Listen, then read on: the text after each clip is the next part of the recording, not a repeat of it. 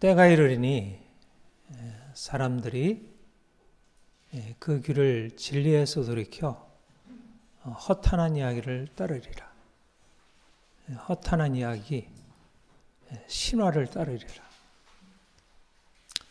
2000년 전에 하나님이 사도 바울을 통해서 디모데에게 경고한 말씀입니다. 그런데 지금 딱 우리에게 적용되는 말씀이라는 생각을 합니다. 여기 때, 성경의 때를 말할 때 카이로스라는 말을 써요. 때가 참에 하나님이 그 아들을 보내서 카이로스, 하나님의 때, 하나님의 시간. 여기서도 카이로스를 얘기를 했어요. 하나님이 예수 그리스도를 보내시고 그분의 놀라운 구원을 베푸신 것도 그분의 때이고, 또 사람들이 하나님을 떠나서 거짓 신화를 쫓아가는 것도 하나님이 정하신 때에 일어나는 일이라는 거예요.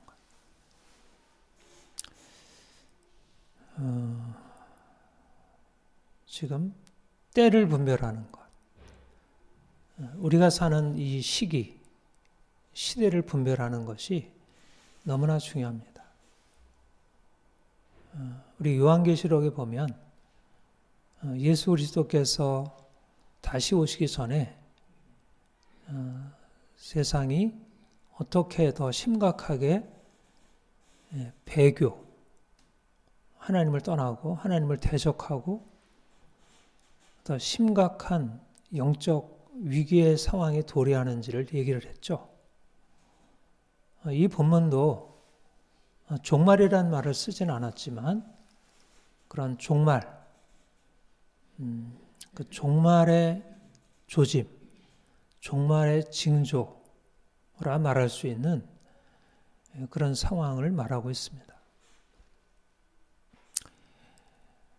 우리는 이렇게 연대기적인 시간, 우리가 그걸 크로노스라 그런 얘기를 해요. 그러니까 그 시계, 달력으로 구분되는 시간. 작년 2024년, 25년, 또 내년 2026년 차이는 없잖아요. 동일하게 자연의 순환에서 계속 이어지는 시간이에요. 특별히 질적인 차이는 없어요. 그러나 하나님의 관점에서 보면 사실 그 때가 동일하지가 않아요. 그러니까 이것은 그 어떤 양적인 우리가 계산해서 이렇게 나누어서 이해할 수 있는 내용이 아니고 질적으로 다른 시간이라는 거예요. 사실은 지금 우리가 처해 있는 그 시간이 어떠한 시간이냐, 우리가 어떠한 시대를 살고 있느냐를 분별하는 게 중요합니다. 다시 말하면 이전에 사람들이 자신에 대해서 세상에 대해서 이해하던 것과 오늘날 사람들이 자신과 세상에 대해서 이해하는 것이 어떻게 달라졌느냐 하는 것을 이해하는 게 중요하다는 거예요. 마지막 어떤 시대에는 사람들이 하나님을 믿고 섬기고 하나님이 계시구나, 하나님을 따라서 살아야 인생이 진정한 평안과 행복을 누릴 수 있구나, 이렇게 생각하는 때가 있어요. 그런데 어떤 시대가 되면 사람들이 하나님이 계시고 하나님이 우리의 삶을 주관하신다는 사실을 잊어버리고 다른 것들, 사람이 인생을 주관하고 돈이 인생의 중심이 되고 인생의 즐거움이 최고의 가치라는 그런 생각으로 사람들이 생각을 바꾸게 되는 시대가 도래한다는 거예요. 바로 지금 그런 시대가 도래하고 있다. 사람이 바른 교훈을 받지 아니하고 귀가 가려워서 자기가 사육을 따를 스승을 많이 두고 그 길을 진리에서 돌이켜 허탄한 이야기, 신화를 따르리라. 이 허탄한 이야기, 신화가 뭐라 그랬죠? 사람들 안에 있는 욕망.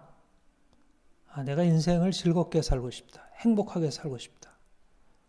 내가 내 마음대로, 내 원하는 대로 다 인생을 하고 싶다라는 그런 욕망이 있어요. 그 욕망은 하나님이 주신 욕망, 욕구도 있고 하나님으로부터 오지 않은 사단으로부터 온 이것을 먹으면 내 눈이 밝아서 하나님같이 되리라고 하는 이 사단으로부터 욕망도 있어요. 그게 잘 구별이 돼야 되는데 신화는 하나님께로부터 온 건강한 욕구는 부정하게 하고 그리고 하나님부터 오지 아니하는 사단으로부터 온 욕망을 부추겨서 인생을 병들게 하고 망가뜨리게 하는 거예요. 물론 그 신화 안에는 물론 그런 가르침들 안에는 다 인생을 부정하는 것만은 아니죠. 그 안에도 하나님의 일반 은총이 있어서 사람들의 삶을 세워주고 질서를 세워주고 사회 문화를 세워가는 그런 긍정적인 요소가 없지 않아요. 그러나 결국 하나님을 떠나게 되고 하나님의 말씀하신 진리를 떠나게 되면서 그들이 근본적으로 하나님이 세워놓으신 그 경계를 넘어가게 되는 거예요. 경계를 넘어가는 거예요. 그러니까 뭐 여기나 별 차이 없어 보이는데 이 경계를 넘어가는 거예요. 그리고 그것을 선이라고 하는 거예요. 문제가 없다고 하는 거예요. 이게 신화예요. 그러면 진리라고 하는 것은 하나님이 정하신 표준이에요. 다른 신을 내 앞에 두지 말라. 우상을 만들지 말고 절하지 말라. 내 이름을 망령되이 걷지 말라. 안식일을 기록하여 거룩하게 하라. 부모를 공경하라. 살인하지 말라. 간음하지 말라. 도적질하지 말라. 거짓 증거하지 말라. 이웃의 것을 탐내지 말라. 하나님의 정하신 진리가 있어요. 그러면 진리를 따라야 하는데 진리가 아니라 욕망을 따르려고 해요. 욕망이 진리를 거슬러가려고 해요. 그럴 때 내가 진리에 막히잖아요. 이거 하면 안 되는구나. 그런데 신화가 들어와서 괜찮아 그 정도는. 너무 그런 경직되게 그런 과거로부터 내려온 그런 걸 따를 필요 없어. 이제는 네가 결정하고 다른 사람들이 하는 거 보고 잘 따라가. 이게 신화라는 거예요. 오늘날로 우리가 말하자면 세속적 세계관, 세속적 가치관이에요. 성에 대해서 요즘 가장 크게 사실 기독교적인 관점과 세속적인 관점의 큰 차이를 이루는 게 성이에요. 성, 섹스. 하나님이 주신 거예요. 남녀의 성을 다르게 만드셨고 남녀에 대해서 서로 애착과 관심과 끌림을 갖게 하셨어요. 그래서 적당한 나이가 되어서 서로 사랑해서 결혼하고 결혼해서 사랑하여 아이를 낳고 생육하고 번성하고 땅을 충만하는 것. 이것은 하나님의 선하신 뜻이에요. 그러니까 성이라고 하는 것은 너무 귀한 것이죠. 그런데 성의 목적은 뭐죠? 쾌락인가요? 오늘날 사람들은 성의 목적은 쾌락이라고 생각해요. 쾌락이 성의 가장 핵심적인 목적이라고 생각해요. 성은 왜 존재하느냐? 쾌락을 위해서 존재합니다. 그럴까요? 생육하여 번성하여 땅에 충만하고 그리고 서로 사랑하여 진정한 관계를 이루라는 거예요. 연합하여 하나 되라는 거예요. 성이라고 하는 것은 쾌락이 그 안에 들어가 있지만 그보다 더 중요한 것은 진정 관계성이에요. 하나됨이에요. 그런데 진리가 없어지고 진리에서 돌이켜 신화를 따르게 되면 성은 하나의 쾌락으로 전락을 해버려요.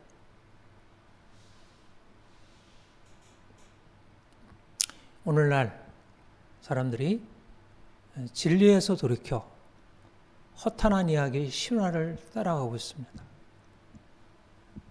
우리가 무엇을 해야 되죠? 신화에서 돌이켜 진리를 따라가는 거예요. 진리가 뭐예요? 하나님이 정하신 표준, 성경 말씀의 진리예요.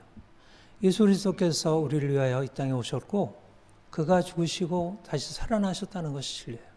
우리가 그를 믿으면 그 안에서 우리 인생이 새로워지고 그분의 말씀대로 살아갈 때 인생이 행복하다는 게 진리예요.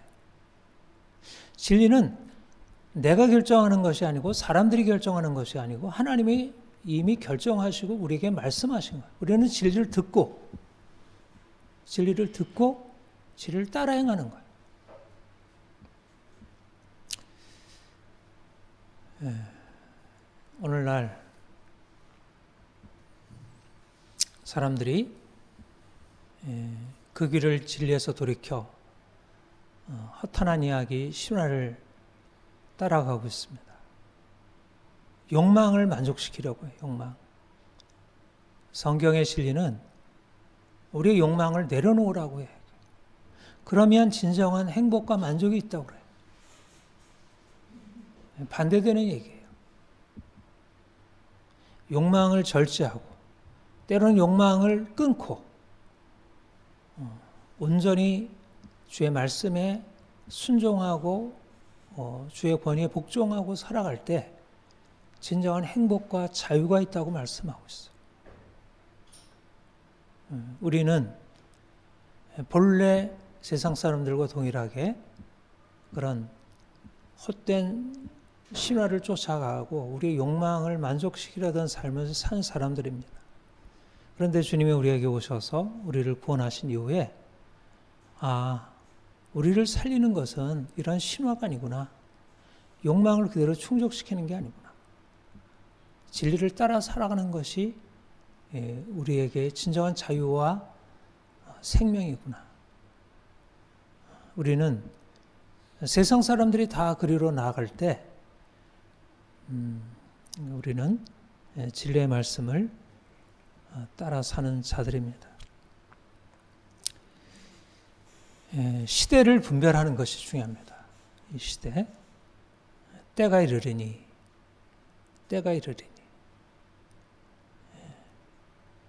위험한 시대.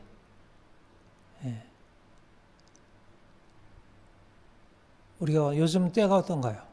여러분, 우리 시대, 요즘 시대가 어때요? 4차 혁명, 정보산업화, 정보화 시대, 포스트 모던. 우리 이 시대를 명명할 수 있는 여러 가지 명칭들이 있겠죠.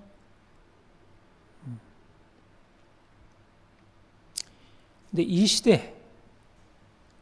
시대의 가장 핵심적인 특징은 뭐냐면 사람들이 하나님을 떠나 있다는 것이죠. 지금 이 세상을 다스려가는 실제적으로 사람들의 생각과 삶을 지배하고 있는 것이 서구예요, 서구. 서구를 선진국이라 그러잖아요, 선진국. 그래서 미국, 물론 중국 같은 강대국이 있긴 하지만 그러나 주로 영국, 독일, 프랑스 이런 나라들이 세계를 이끌어가고 있어요. 정치, 경제, 사회, 문화 모든 영역을 이끌어가고 있어요. 그런데 그 서구가 하나님을 떠나게 되었다는 거예요. 이게 이 시대예요. 사람들이 바른 교훈을 받지 아니하고 자기의 사욕을 따를 스승을 많이 두고 그 길을 진리에서 이렇게 허탄한 이야기를 따르리라. 서구가 하나님을 떠나서 자기 길을 결정하고 그래서 이제까지 하나님이 세워놓으신 모든 영적이고 우리의 정신적인 원리들을 다 폐기하고 부정하게 되었어요. 가장 심각한 것이 이 차별금지법으로 알려져 있는 젠더 이데올로기. 여러분 아직 실감이 잘 안 나죠? 차별금지법, 젠더 이데올로기가 뭔지 아직은 우리나라가 통과되지 않았고 아직은 물밑 작업이 이루어지고 있고 그러나 상당 부분 우리나라도 아주 깊숙이 들어와 있어요. 그 영역으로. 우리나라 국가인권위원회가 아마 2002년도인가 우리나라에 이제 세워지게 되었는데 국가인권위원회라는 데가 사실은 헌법에서 정한 인간의 인권, 모든 국민이 마땅히 누려야 할 인권에 대해서 헌법이 정한 것을 넘어서서 이게 정하고 가르치고 그리고 모든 영역에 그것을 요구해요. 근데 아직은 국가인권회가 실질적인 권한을 행사할 수 있는 결정적인 그게 아직 완수해졌어요. 그게 뭐냐면 차별금지법이에요. 차별금지법이 통과되면 결국 국가인권회는 모든 영역 위에 최고의 권위로 올라서요. 국가인권회는 누가 세운 것이 아니에요. 국민들이 하나도 뽑은 것이 아니에요. 국가인권회는 그냥 대통령이 인권위원장을 임명하고 인권위원들이 그냥 전에부터 쭉 내려온 기관들이에요.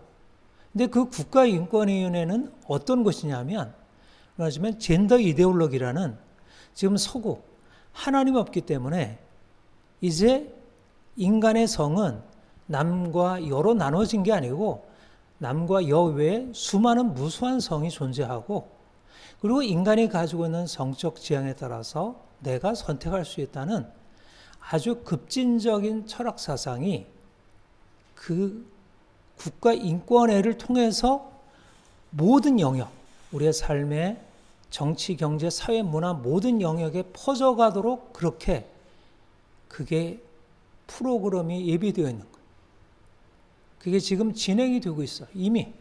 근데 지금 20년 이상 지났는데 차별금지법을 그렇게 제정하려고 노력을 했는데 20년 동안 제정을 못한 거예요.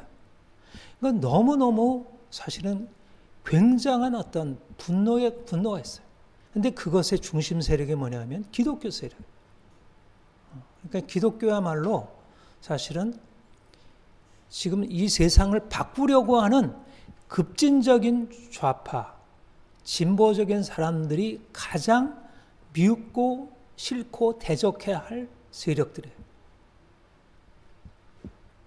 그게 지금 사실은 이 시대가 서구가 나아가는 방향이고 그 서구에 나아가는 방향 안에 지금 우리 한국이 선진국의 반열에 들어가면서 함께 들어가지 않을 수 없는 상황에 지금 처해 있는 거예요. 모든 서구들이 서구화되어 있는 나라들마다 다 이 법이 통과되어서 이 법으로 지금 나아가고 있으니까. 물론 아직 뭐 일본은 아직은 아니지만 일본, 중국, 아직 아시아 국가들은 아직 아니긴 하지만 적어도 서구 국가들은.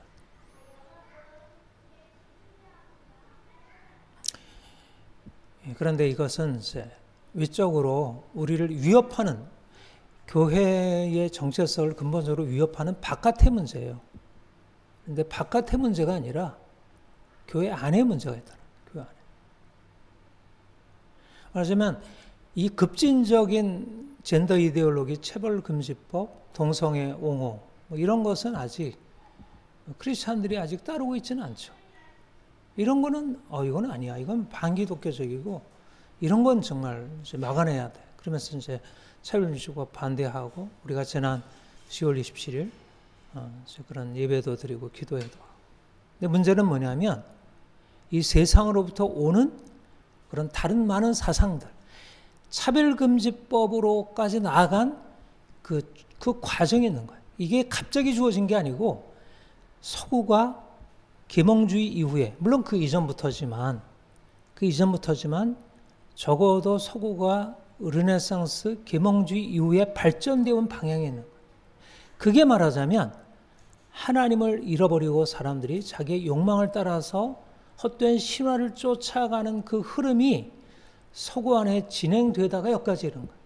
그러니까 말하자면 그것들을 받아들이지 않으면 사실은 우리의 삶이 이제까지 온 삶이 제대로 이어지가 않아요. 그러니까 차별금지법은 사실상 서구화의 하나의 후순에 따른 거예요. 그래서 위험한 거예요. 그러니까 교회가 사실상 차별금지법은 반대하지만 자본주의 사회, 오늘날 민주주의 사회, 자유주의 사회 이런 사상들이 하등에 거리낌 없이 다 받아들여지고 있어요. 우리 자유, 평등 사상 하등에 부정하지 않잖아요. 자유, 평등 사상이 과연 성경적인 사상일까? 다시 고려해요. 다시 고려해요. 지금도 뭐 보수에서도 자유평등을 가지고 나가서 뭐 시위하고 기도하고 막 자유평등을 외치고 해요. 그런데 그렇게 사실상 오늘날 우리가 지금 다 공유하고 있는 사상들이 그렇게 성경적인 사상들이 아니라 이미 그 안에는 차별금지법보다는 덜 급진적이지만 이미 성경의 진리로부터 떠나 있는 시대적인 사상들이 우리 안에 들어와서 교회가 거기를 따라가고 있다는 거예요. 일단 교회가 돈 쫓아가잖아요. 돈. 교회가 돈 아닙니다. 경제가 최고가 아닙니다라고 얘기를 합니까? 제가 어제 그 세이브 코리아 전한길 강사 아주 요즘에 그 우파 거기에 이제 어제 연사로 나서서 얘기더라고요. 우리나라가 이렇게 전 세계에서 강국이 되었습니다. 뭐가 5위고 뭐가 6위고 수출 강국, 무역 강국. 우리가 전 세계적으로 이렇게 강국이 되었습니다. 대단하지 않습니까? 대단한 건가요?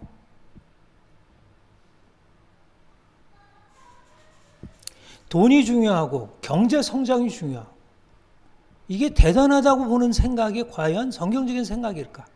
우리나라를 대단하게 만들어준 박정희 대통령 대단합니다. 대단할까요? 그렇게 단순한 생각일까? 돈이 최고입니다라고 하는 생각이 그게 옳은 생각인가요? 믿는 사람들도 다 부자가 되어야 하고 믿는 사람들도 다 높은 자리에 올라가야 하고 믿는 사람들이 대통령이 되어야 하고 국회의원이 되어야 하고 장관이 되어야 한다는 생각이 그게 옳은 생각일까요?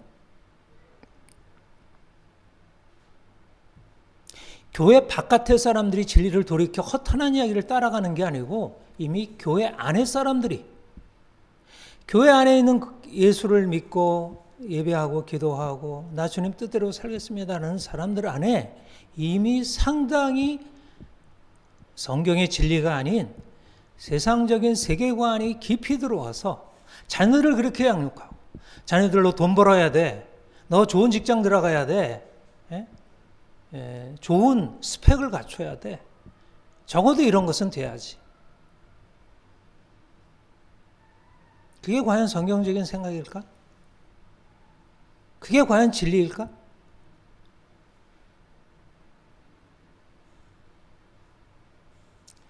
물질적인 번영, 이것은 결코 성경적인 생각과 다릅니다. 하나님이 우리에게 그런 물질적인 번영을 줄 수 있지만 성경의 역사를 보세요. 물질적인 번영으로 하나님을 섬긴 때가 있었나요? 다윗 왕이 그렇게 하나님을 믿고 섬기던 다윗 왕, 그리고 그를 따랐던 지혜로운 솔로몬 왕, 그들이 어떻게 되었어요? 우상숭배에 빠지고 이방 나라들과 통혼하고 물질적인 번영과 온전한 신앙과 말씀에 따른 삶은 같이 가기 어려운 거예요. 너무 세속적인 생각이 그냥 들어와서 그것이 마치 진리이냐 그렇게 왜곡이 되고 있는 거예요. 우리나라가 이승만 대통령이 최고이고 박정희 대통령이 최고이고 그게 과연 성경적일까요? 이승만 대통령이 과연 기독교적일까요?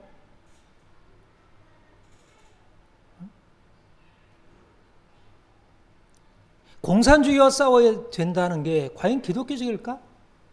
공산주의는 잘못된 거지만 그러나 그런 것을 싸워서 이기는 게 기독교는 아닌 거예요. 그거는 가장 최소한이지.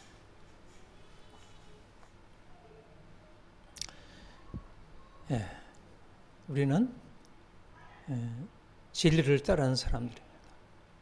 그래서 사실은 진리가 우리의 삶의 기준이에요. 우리의 삶이 이 사람이 나랑 얼마나 가까우냐, 이 사람이 얼마나 뭐 삶은 그런 대로 괜찮게 살아가느냐, 그런 게 아니고 진리가 기준이에요. 진리를 따르지 않으면 가족이라도 아닙니다. 친구라도 아니에요.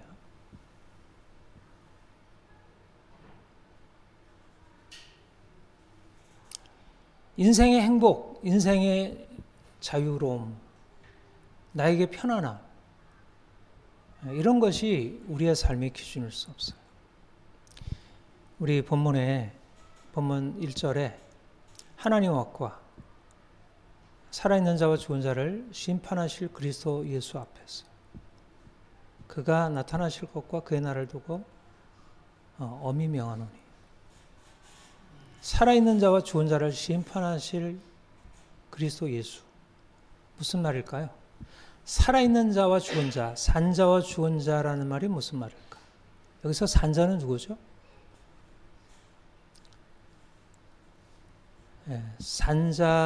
산자는 육신적으로 살아있는, 예수님 오실 때에 살아있는 자, 그리고 예수님 오실 때 죽어있는 사람들, 그렇게 말하는 게 아니고요. 산자는 예수를 믿음으로 말미암아 거듭나서 새 생명을 가지고 있는 사람들, 그리고 죽은 자는 예수를 믿지 않고 여전히 자신의 욕망을 따라 행하며 이미 하나님의 심판 아래 놓여 있는 자다. 허물과 죄로 죽었던 너희를 살리셨다. 허물과 죄로 죽었던 자들이 있고 죽은 자들이 있고 예수 그리스도로 말미암아 죽은 자 가운데 살리심을 받는 산 자들이 있어. 우리는 죽은 자였는데 우리가 그리스도를 믿음으로 말미암아 산 자가 되었죠. 그러니까 이 땅에 두 가지 부류가 있다는 거예요. 산자와 죽은 자. 산자는 어떻게 살까요? 산자로 살아가요. 산자로 살아. 산자의 삶은 뭐죠?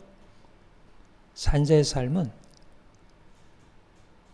죽은 자 가운데 살아나신 예수 그리스도, 그분과 연합한 삶이에요. 죽은 행실을 버리고 욕망을 따라서 자기의 행복을 쫓아서 살아가는 죽은 행실을 버리고 예수 그리스도, 그분 안에서 거룩하고 흠이 없는 삶을 살아가는 사람들이 산자예요. 그러니까 당연히 죽은 자의 삶의 기준과 산자의 삶의 기준이 다른 거지. 내가 예수 그리스도를 통하여 구원받은 자라면 그리스도께서 내 안에 오셔서 말씀하시는 기준, 진리의 기준, 내가 하나님을 어떻게 생각하고 내 자신을 어떻게 생각하고 세상을 어떻게 생각하는지 거기에 따라 생각하고 그렇게 살아가는 거죠. 사람들은 죽은 자이니까 그들에게는 하나님이 안 보이고 그들은 하나님 말씀이 안 들리고 그들에게는 온통 거짓 스승의 얘기들이 들리고 그런 신화들이 자신들 안에 일어나가지고 뭐 그걸 쫓아서 열심히 살아가는 거지. 그러니까는 산자로서 이 땅에 살아가는 사람들이 죽은 자들을 바라보면 어떻게 바라보겠어요? 내가 저들과 같아져야겠다 생각이 되겠어요? 잠자는 자들을 깨어 죽은 자들 가운데 일어나라. 너희는 죽은 자가 아니다. 너는 그들 가운데 같이 살면 안 된다. 산자이지만 죽은 자들처럼 살아가는 세상 사람들과 같이 사는 사람들을 잠자는 자라 이래요. 내가 예수 그리스도 안에서 거듭난 자라면 거듭난 자로서의 삶이 필요한 거예요. 산자라면 산자로서의 삶이 일어나는 것입니다. 그러니까 당연히 죽은 자의 삶에 대해서 아니요, 그렇게 나는 안 살아요. 그거는 당신들이 바라보는 옳은 거지 그건 아니에요. 그런 것은 헛된 신화예요. 나는 그걸 버리고 이 길을 선택하겠어. 제가 오늘 몇 가지 오늘날 사람들이 가지고 있는 신화에 대해서 말씀드리고 이런 신화들에 대해서 우리가 저항을 해야 한다는 것을 말씀을 드리겠습니다. 오늘날 사람들은 신은 죽었다. 신은 죽었다. 누가 하는 말이죠? 니체. 유명한 니체. 신은 죽었다. 이 말은 사실 여러 가지 의미가 있어요. 여러 가지 의미가 있는데 아무튼 니체 자신이 더 이상 신은 없다. 니체는 목사 아들이에요. 목사 아들이지만 그가 일찍이 하나님을 버렸어요. 그리고 그 이후에 그는 아주 적극적으로 하나님을 대적하는 자의 삶을 선택을 했어요. 그리고 그의 책과 그의 사상들 안에는 온갖 하나님을 따라 하나님을 믿고 하나님을 섬기는 삶을 굉장히 나쁜 삶으로, 그거는 부정하고 폐기되어야 할 삶으로 얘기를 하고, 오히려 그것을 떠나서 인생이 자신이 주체가 되어 인생을 살아가라고 사람들에게 요청을 했어요. 오늘날 사람들은 더 이상 하나님 없다는 거예요. 말하자면 니체의 생각은 니체 자신의 생각만이 아니라 당시에 서구 사람들이 가지고 있는 일반적인 생각을 대변한 것이었어요. 오늘날도 많은 사람들은 더 이상 신이 없다고 생각해요. 네. 대다수의 사람들이. 네. 더 이상 신은 없고, 신이 있다고 하더라도 그것은 개인의 종교일 뿐이지 실제적으로 우리의 삶을 다스리는 그런 살아계신 하나님은 없다고 생각해요. 하나님의 주권, 하나님이 우리의 세상을 창조하시고 이 세상을 섭리하시고 우리가 죄에 빠져 있는데 우리를 그 죄에서 건져주실 분, 우리를 그렇게 건져주시는 분, 우리가 그분에 합당하게 살면 장차 그가 오셔서 우리를 판단하시고 우리를 영원한 생명으로 이끌어 가실 것이고, 만약 그분께 따라 살지 않으면 우리가 영원히 심판으로 죽음에 이르게 된다는, 이거는 다 신화라는 거예요. 이걸 신화라, 성경의 얘기를 신화라고 얘기를 해요. 그건 합리적이지 않다는 거예요. 지금 이제 과학기술로 개명된 세상에서 그런 쓸데없는 그런 생각을 왜 붙들고 있냐는 거예요.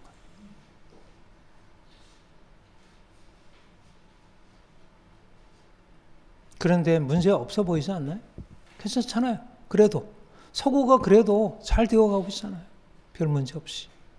가장 그래도 최고의 엘리트들이고 최고의 세상을 지배하는 강자들이고 그렇잖아요. 여전히 그들은 세상을 이끌어가고 있잖아요. 지배자들이 있잖아요. 하나님이 없는데도 세상이 여전히 그들의 손에 이끌려가고 있잖아요.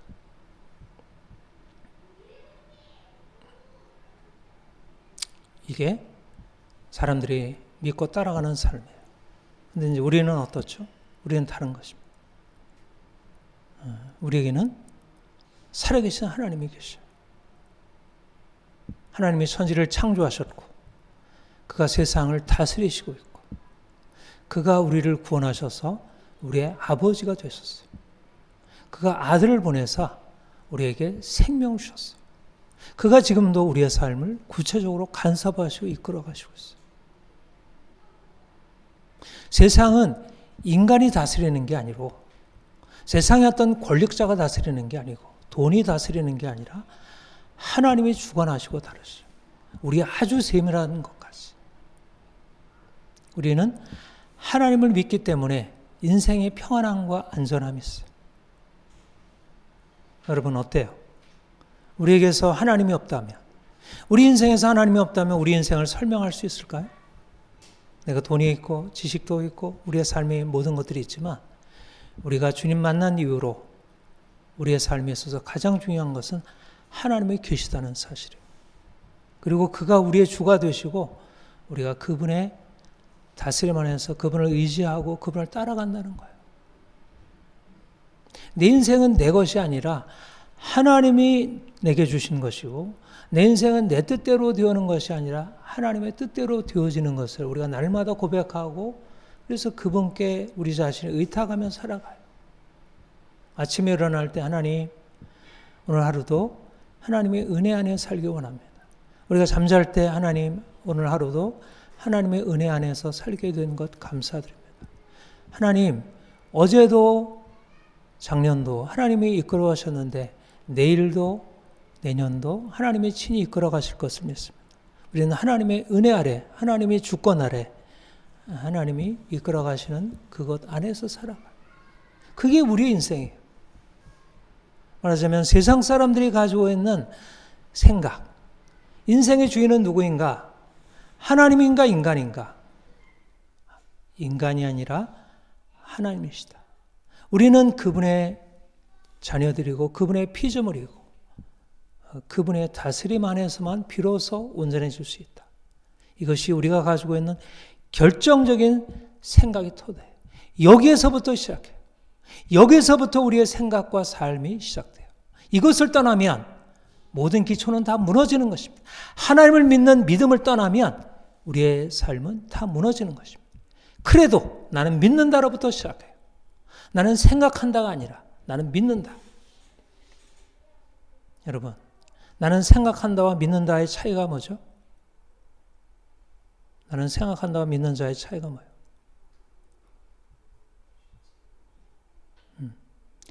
나는 생각한다는 내가 중요해요. 나는 믿는다는 나보다 내가 믿는 대상이 더 중요해요. 서구는 그래도 나는 믿는다로부터 시작했어요. 유명한 기독교 사상, 기독교 신학의 기초를 놓은 아구스티누스가 나는 알기 위해서 믿는다. 나는 믿는다. 그 기초 위에서 생각하고 지성적으로 알기를 추구한다. 내가 아는 것, 내가 생각하고 아는 것보다 더 중요한 토대가 뭐냐면 나는 믿는다. 왜 그럴까요? 피조물이니까. 우리는 피조물이니까 내가 아무리 생각하고 알아도 그게 얼마나 온전한 알밀 수 있어요? 온전하지 못하죠. 하나님이 세상을 창조하시고 우리를 창조하시고 우리에게 지혜를 주셔서 그분을 알게 하셨지만 그분이 나에게 말씀하지 아니하시면 내가 알고 있는 알미 얼마나 한계가 있겠어. 내가 아무리 알아도 나는 피조물이에요. 약간 피조물이에요. 내가 뭘 얼마나 알겠어. 내가 스스로 생각하는 것이 얼마나 대단하겠어. 그래서 하나님이 나에게 말씀하시고 나에게 알게 하시는 것을 내가 믿고 거기 따라 행하는 거예요. 그래야 우리가 내가 이런 존재군요. 내가 이렇게 살아야 되는 거군요. 내가 이렇게 살아서는 안 되는 거군요. 이게 이제 우리의 삶의 기본적인 바탕이죠. 그런데 데카르트가 코기토 에르고 숨, 나는 생각한다 그러므로 존재한다. 나는 믿는다로부터 출발하지 않고 나는 생각한다로부터 출발하는 것입니다. 하나님이 말씀하시고 하나님이 다스려가는 세상이 아니라 내가 생각하고 내가 내 생각을 통해서 알게 되는 것에서 시작하는 거예요. 뭐가 달라진 것이죠? 주체가 달라진 거예요. 나는 믿는다는 내가 비록 주체라 하더라도 그 주체는 철저히 하나님의 주체, 하나님의 주권 아래에 있는 주체. 그것은 2차적인 주체이지. 그런데 오늘날 사람들이 더 이상 나는 믿는다. 하나님이 나의 삶을 주권하시고 나는 그를 믿는다로부터 시작하지 않는 거예요. 그러니까 내가 대단한 거예요. 여러분, 나는 생각한다라고 하는 이 데카르트의 이 생각이 출발하게 된 게 뭐냐면 과학혁명이에요. 코페르니쿠스, 갈릴레오, 뉴턴 이런 사람들이 과학혁명이 일어나면서 사람들이 이거 대단하다. 내가 생각해서 발견한 것을 가지고 보니까 이 세상이 대단한 게 그동안 밝혀지지 않은 게 대단한 게 보인 거예요.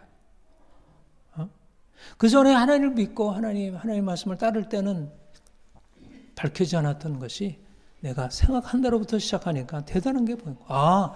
내가 믿는다는 게 이거 쓸데없는 거구나. 이건 뭐 제대로 우리의 삶에 대해서 도움도 안 되는 거. 이거 왜 붙들고 여기에 따라 살아가.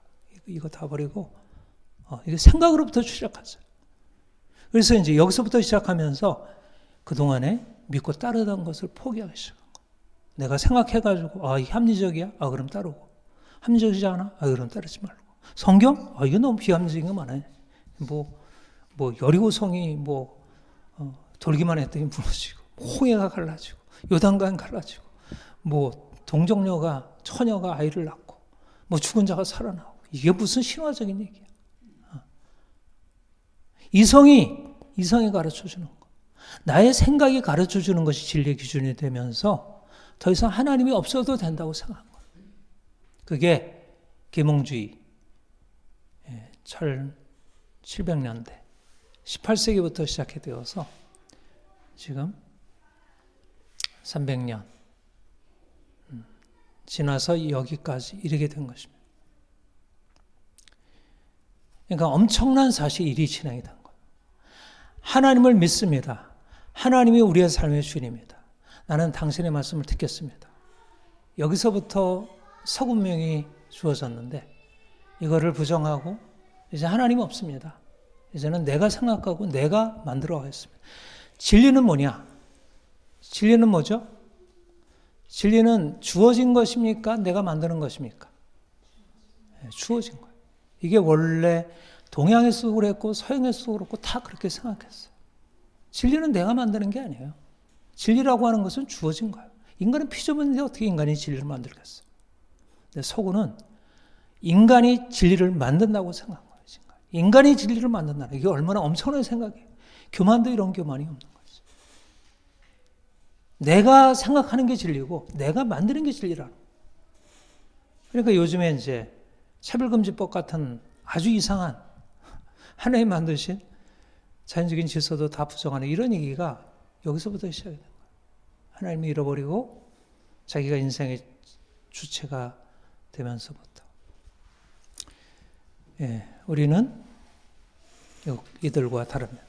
우리는 하나님이 우리에게 진리를 말씀하시고 우리는 듣고 하나님이 말씀하신 대로 내가 믿고 따르겠습니다. 내가 생각하니까 옳은 것 같아요 라고 따라가는 게 아니라 하나님 말씀하신 것을 내가 진리라고 믿고 따르겠습니다. 하나님이 말씀하셨는데 나는 별로 원하지 않아요. 나는 그렇게 살고 싶지 않아요. 그래도 나는 당신의 말씀이 옳다고 생각하고 따라가겠습니다. 내 마음에는 내 생각에는 맞지 않지만 당신이 말씀하신 것을 내가 따라가겠습니다. 이게 우리의 삶이에요. 거기서부터 시작하는 게 아니라 그래도 나는 믿는다로부터 시작하는 것입니다. 하나님이 말씀하신 것이 내 삶의 기둥이 되고 토대가 되고 그렇게 살아가는 거예요. 어떤 삶이 안전할까요? 어떤 삶이 안전할까요? 진리를 따라 사는 삶이 안전한 거예요. 성경의 진리를 따라 사는 것이 안전한 거예요. 하나님이 다 아시는데 어린아이가 자기 마음대로 자기 혼자 마음대로 하겠다고 하면 그 아이가 얼마나 문제가 되겠어요. 그렇잖아요. 여러분 어린아이가 내가 이제 스스로 내 인생을 결정하고 살겠다 생각하면 얼마나 위험한 일이겠어요.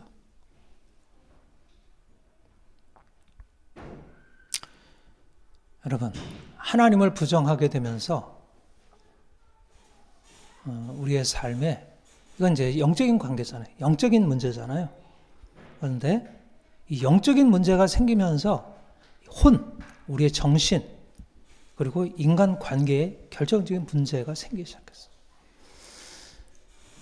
여러분 지금 우리 서구 사회 어떤 서구적인 문화를 받아들이는 사회의 가장 최고의 가치는 뭐죠? 민주주의라는 거예요. 민주주의. 민주주의는 뭐냐면 사람 위에 사람 없고 사람 밑에 사람 없다는 거예요. 모두 평등하다는 거예요. 굉장히 좋은 말이잖아요. 좋은 것 같잖아요. 그런데 과연 그럴까요? 위에 있는 권위가 없나요? 평등한가요? 부모와 자녀가 평등한가요? 선생과 학생이 평등한가요? 목사와 평신도가 평등한가요?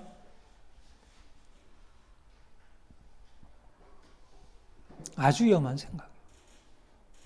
평등이라는 논리는 사실은 전가의 보도가 아니에요. 그냥 휘둘러서 모두 다 평정하게 만드는 그런 논리가 아니에요. 그거는 적용돼야 할 때가 있어요. 평등이라는 논리가 적용돼야 할 어떤 경우들이 있어요. 그러나 성경의 가장 핵심적인 원리는 위계의 위계. 하나님은 위계의 질서를 주셨어요. 근데 민주주의라는 이 평등의 논리는 위계를 다 깡그리 무시하는 쪽으로 나가요. 이게 서구가 지금 망가지고 있는 가장 핵심 원리예요.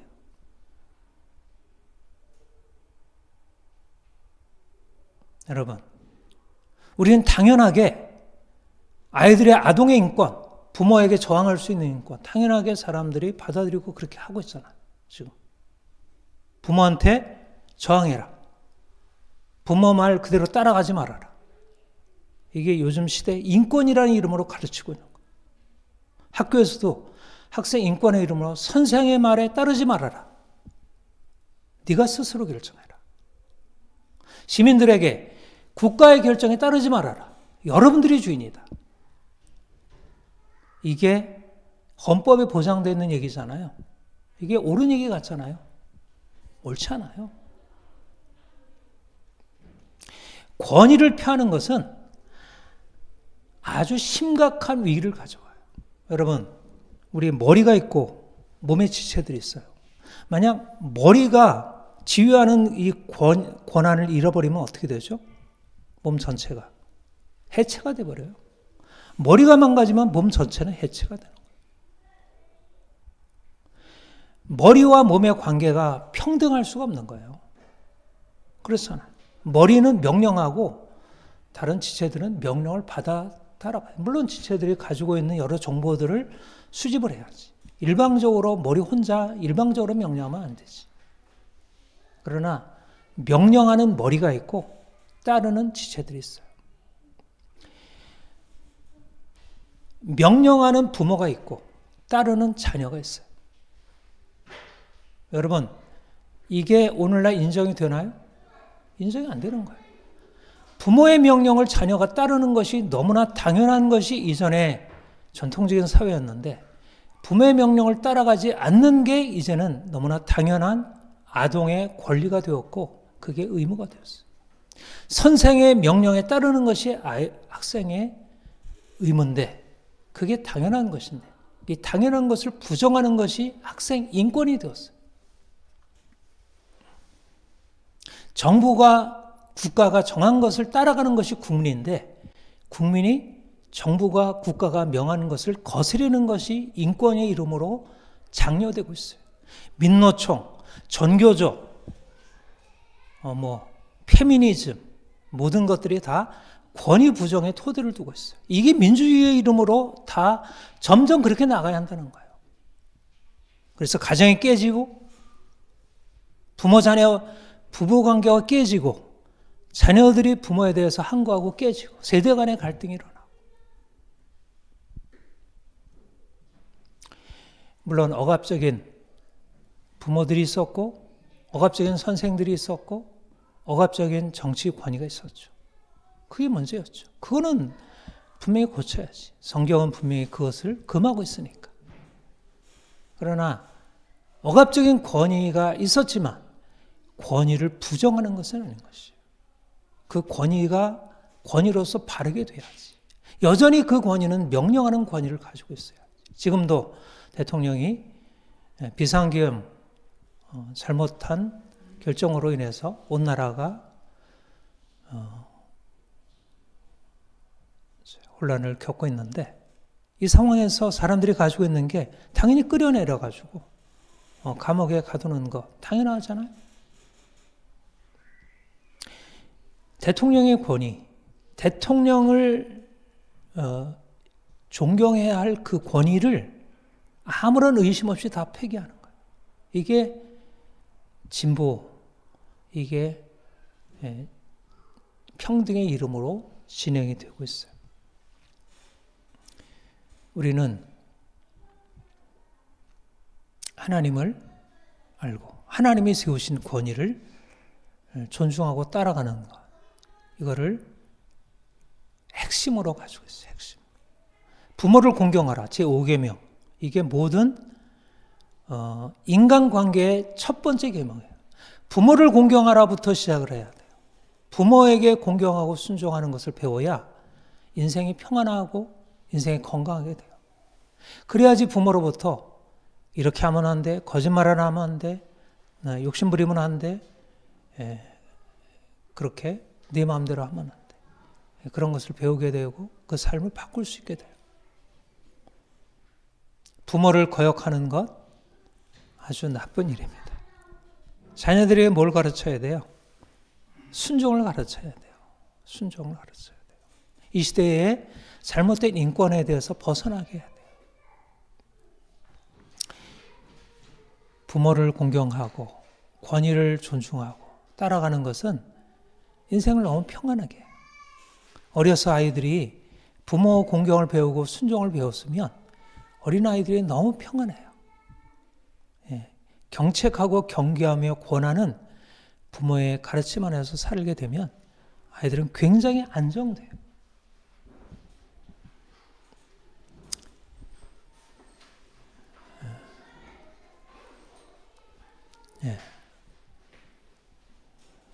오늘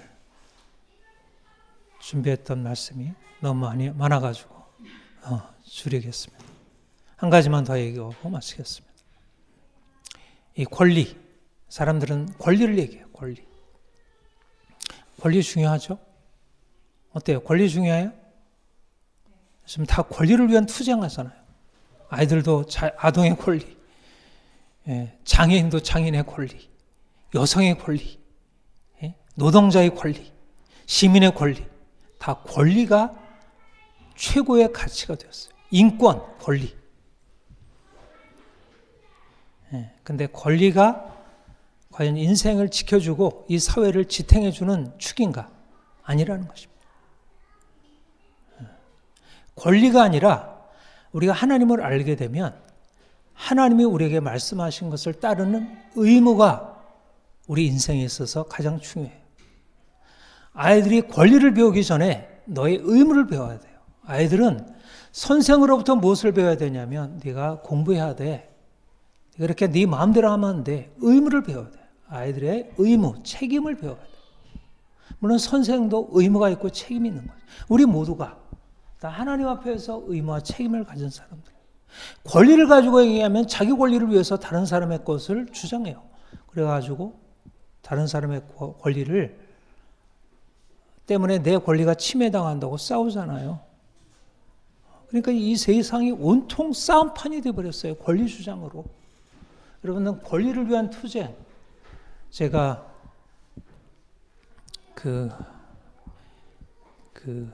법철학자 예링의 권리를 위한 투쟁을 읽었어요. 상당히 공감을 했고 우리 함께 책을 읽기도 하고 했는데, 근데 물론 일부분 옳은 얘기가 있어요. 권리를 위한 투쟁이 일종의 정의예요. 자기가 부당하게 당하는 그 권리에 대해서 이제 항거하고 저항하는 거. 그러니까 오늘 우리가 이제 우리나라 4.19 혁명, 우리가 독립선언 이런 것도 다 권리를 위한 투쟁이잖아요. 우리가 마땅히 갖게 되는. 그러나 사실은 아까 민주주의에 대해서 얘기했듯이 권위가 잘못됐을 때 권위에 대해서 비판하고 그럴 수 있지만, 권리를 주장할 수 있지만 그보다 더 중요한 것은 의무예요. 우리는 하나님 앞에서 우리가 마땅히 해야 할 책임을 제대로 감당하지 못한 사람들. 우리는 내 권리를 생각하면 어떤가요? 여러분, 권리 생각하면서 주변 사람들을 생각하면 어떻죠? 화가 나는 거예요. 내 권리 자꾸 빼앗으니까. 내가 권리를 빼앗으니까. 근데 의무를 생각하면 어때요? 내가 죄인인 거예요. 내가 남편과 관계를 맺을 때, 아내와 관계를 맺을 때 내 의무를 생각하면 내가 상대방에 대해서 화를 낼 이유가 없어. 나도 제대로 못했으니까. 의무의 관점에서 바라봐야 돼. 우리는 하나님 앞에서, 사람들 앞에서 의무를 가지고 있고 하나님 앞에서 의무를 가지고 있어. 하나님 앞에서 마땅히 책임을 감당해야 할 존재들이에요. 그런데 우리는 그렇게 살지 못했어요. 주님이 우리에게 말씀하시기를 네가 내 앞에 네가 마땅히 행해야 할 것들을 행해라. 그러면 그게 무거운 짐인가요? 무거운 짐이죠. 그러나 그 무거운 짐을 지고 살아가는 것입니다. 근데 무거운 짐을 어떻게 지고 살아가요? 하나님의 은혜를 힘입어서. 내가 내 권리를 가지고 다른 사람을 바라보면 화가 난 일이지만 내 책임, 내 의무를 생각하고 하나님 앞에 서면 내가 얼마나 부족한 존재인, 내가 남을 탓하기보다 내가 하나님 앞에서 나를 바꿔야 할 존재로 바꾸게 되는. 그러면 어떻게 될 거예요? 사회가 어떻게 될까? 내 의무를 생각하고 나를 바꾸기 시작하면 옆에 사람들이 야, 네가 그렇지. 네가 너 잘 봤어. 네가 그렇게 바꾸니까 내가 너무나 좋구나. 그리고 나를 더 이렇게 강하게 나를 해하고 그럴까요? 오히려 사실 내가 의무를 다할수록 사람들에게도 그런 영향력이 퍼져가요. 다 자기 책임을 다하는 거예요. 그러면 이 사회가 얼마나 좋은 사회가 되겠어요. 자녀들이 자녀의 의무를 다하면, 자녀의 책임을 다하면 부모가 부모의 의무를 다하고 책임을 다하고, 부모는 부모의 책임이 있고 자녀는 자녀의 책임이 있고, 선생은 선생의 책임이 있고 학생은 학생의 책임이 있고, 여러분들은 여러분의 책임이 있고 나는 나의 책임이 있고. 이게 우리가 가지고 있는 새로운 생각입니다. 세상 사람들이 갖지 못하는 새로운 생각이에요. 세상은 신화를 따르고 있고 우리는 진리를 따르는 사람들입니다. 우리는 그리스도께서 우리에게 오셔서 죽은 자 가운데서 살려주셨어요. 전에 신화를 쫓아 내 욕망을 만족시키며 살던 때는 인생이 아무리 해도 풀리지가 않았어요. 그런데 주님 만나고 내가 산자로 주의 말씀 듣고 그 말씀을 따라 행하면서 인생이 보이기 시작하고 인생이 새로워지기 시작해요.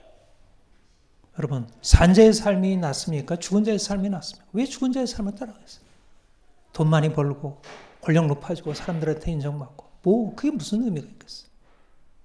내가 예수 그리스도께서 내 안에 오셔서 나를 살리신 것으로 그 생명이 내 안에 역사하고, 그러면 내가 가난해도 내가 사람들한테 어떠한 형편을 받아도 내 안에 기쁨이 있고 감사가 있고, 그러니까 삶이 사람들이 생각하는 대로 그렇게 행복으로만 가는 건 아니지. 인생에 여러 가지 문제가 있지. 답답한 것이 있지. 진리와 함께 고난을 받아야 되지.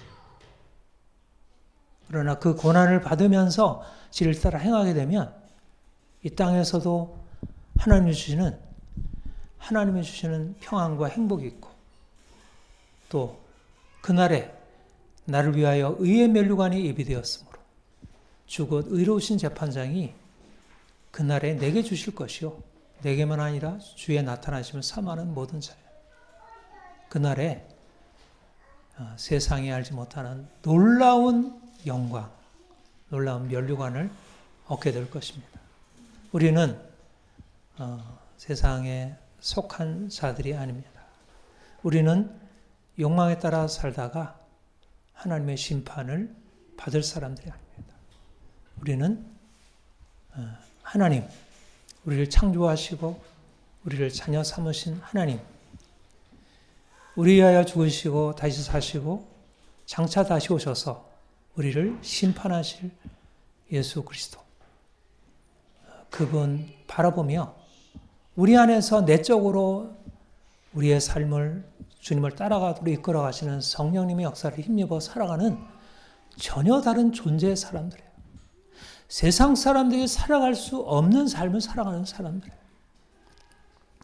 주님이 우리를 통해서 이 세상의 헛된 신화에 매어 살아가는 사람들과 다른 삶의 방식을 보여주고 드러내고, 그래서 이 생명의 역사를 사람들이 알도록 그렇게 사용해 주시길 바랍니다. 기도하겠습니다. 하나님 아버지,